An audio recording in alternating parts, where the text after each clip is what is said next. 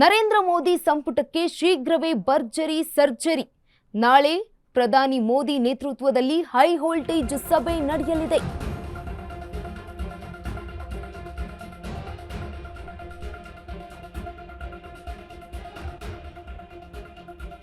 ಸಂಪುಟ ಪುನರ್ರಚನೆ ಬಗ್ಗೆ ಪ್ಲಾನ್ ಮಾಡ್ತಿದ್ದಾರೆ ಪ್ರಧಾನಿ ನರೇಂದ್ರ ಮೋದಿ. ಬರೋಬ್ಬರಿ 7 ರಾಜ್ಯಗಳಿಗೆ ಸಿಗಲಿವೆ ಹೆಚ್ಚೆಚ್ಚು ಸ್ಥಾನ. ಉತ್ತರ ಪ್ರದೇಶ, ಪಂಜಾಬ್, ಗುಜರಾತ್, ಹಿಮಾಚಲ ಪ್ರದೇಶ ಸೇರಿದಂತೆ ಉತ್ತರಾಖಂಡ್ ಹಾಗೆ ಗೋವಾ, ಮಣಿಪುರಕ್ಕೆ ಈ ಬಾರಿ ಮಣೆಯನ್ನ ಹಾಕ್ತಾ ಇದ್ದಾರೆ. 2027ರಲ್ಲಿ 7 ರಾಜ್ಯಗಳಲ್ಲಿ ವಿಧಾನಸಭಾ ಚುನಾವಣೆ ಇದೆ. ವಿಧಾನಸಭಾ ಚುನಾವಣೆ ಹಿನ್ನೆಲೆಯಲ್ಲಿ 7 ರಾಜ್ಯಗಳಿಗೆ ಹೆಚ್ಚು ಸಚಿವ ಸ್ಥಾನ ನೀಡಲು ಈಗ ಪ್ಲಾನ್ ಮಾಡಿಕೊಂಡಿರುವಂತದ್ದು ನರೇಂದ್ರ ಮೋದಿ ಸಂಪುಟಕ್ಕೆ ಶೀಘ್ರವೇ ಭರ್ಜರಿ ಸರ್ಜರಿ ಆಗುತ್ತೆ. ನಾಳೆ ಪ್ರಧಾನಿ ಮೋದಿ ನೇತೃತ್ವದಲ್ಲಿ ಹೈ ವೋಲ್ಟೇಜ್ ಸಭೆ ನಡೆಯಲಿದೆ. ಸಂಪುಟ ಪುನರ್ರಚನೆ ಬಗ್ಗೆ ಪ್ಲಾನ್ ಮಾಡಿಕೊಳ್ತಿದ್ದಾರೆ ಮೋದಿ.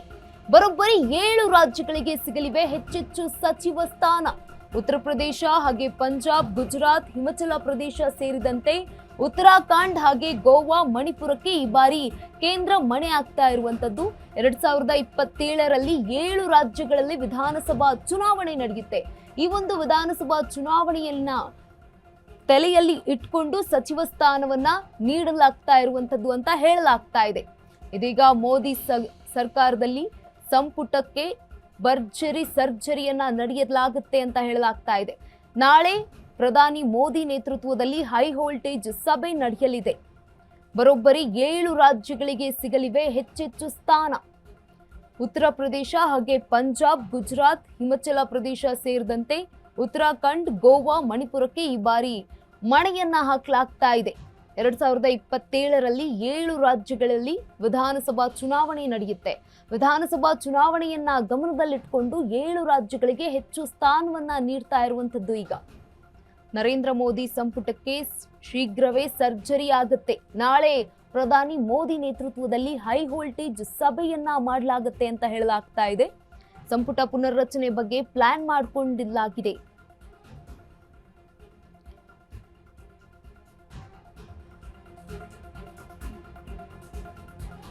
ಎರಡ್ 2021ರಲ್ಲಿ ಸಚಿವ ಸಂಪುಟ ಪುನರ್ರಚನೆ ಮಾಡಿದ್ದ ಮೋದಿ 2021ರಲ್ಲಿ 12 ಸಚಿವರಿಗೆ ಗೇಟ್ ಪಾಸ್ ಕೊಟ್ಟಿದ್ರು. ಈ ಬಾರಿ ನಿಷ್ಕೃಷ್ಟ ಸಚಿವರಿಗೆ ಗೇಟ್ ಪಾಸ್ ಸಾಧ್ಯತೆ. ಬಿಹಾರದ ಮಾಜಿ ಸಿಎಂ ನಿತೀಶ್ ಕುಮಾರ್ ಸಂಪುಟಕ್ಕೆ ಸೇರ್ಪಡೆಯಾಗ್ತಾರ? ರಾಜ್ಯಸಭೆ ಸದಸ್ಯ ಇತ್ತೀಚೆಗೆ ಬಿಜೆಪಿ ಸೇರಿದ್ದ ರಾಘವ್ ಚಡ್ಡಾಗೆ ಏನಾದ್ರೂ ಮಣೆಯನ್ನ ಹಾಕುತ್ತಾ ಅಂತ ಕಾದ್ ನೋಡ್ಬೇಕು.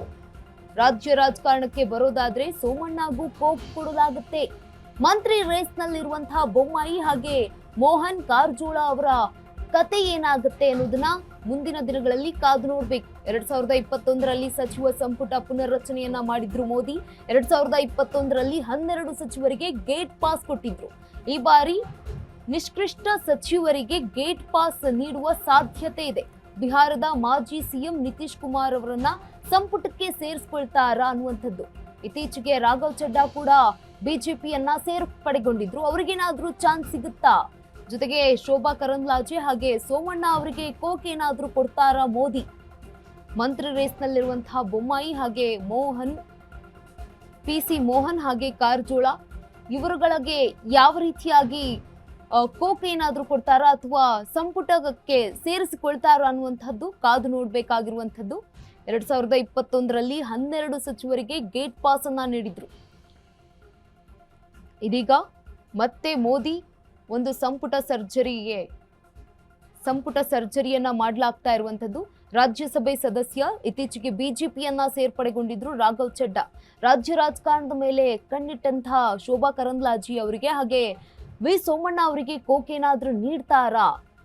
ಮುಖ್ಯಮಂತ್ರಿಯ ರೇಸ್ನಲ್ಲಿರುವಂಥದ್ದು ಬೊಮ್ಮಾಯಿ ಹಾಗೆ ಸಿಪಿ ಮೋಹನ್ ಹಾಗೆ ಕಾರಜೋಳ ಇವರಿಗೆ ಏನಾಗುತ್ತೆ ಅಂದ್ರೆ ಏನಾದ್ರೂ ಸಚಿವ ಸ್ಥಾನ ಕೊಡ್ತಾರ ಕೇಂದ್ರದಲ್ಲಿ ಅಥವಾ ಕೋಕ್ ಏನಾದ್ರೂ ನೀಡ್ತಾರಾ ಅನ್ನುವಂಥದ್ದು. ಈ ಬಾರಿ ಕೆಲಸ ಮಾಡುವಂತಹ ಸಚಿವರಿಗೆ ಖಾತೆಯನ್ನ ಕೊಡುವಂತಹ ನಿರೀಕ್ಷೆ ಇದೆ. ಸಂಪುಟ ಸರ್ಜರಿಗೆ ಈಗ ಪ್ಲಾನ್ ಮಾಡಿಕೊಂಡಿರುವಂತದ್ದು. ನಾಳೆ ಹೈ ವೋಲ್ಟೇಜ್ ಸಭೆಯನ್ನ ಮಾಡಲಿದ್ದಾರೆ ಮೋದಿ. ರಾಜ್ಯ ರಾಜಕಾರಣದ ಮೇಲೆ ಶೋಭಾ ಕರಂದ್ಲಾಜೆ ಅವರು ಕಣ್ಣಿಟ್ಟಿದ್ದಾರೆ. ಒಂದು ವೇಳೆ ಕೋಕ್ ಕೊಟ್ಟರೂ ಕೊಡಬಹುದು.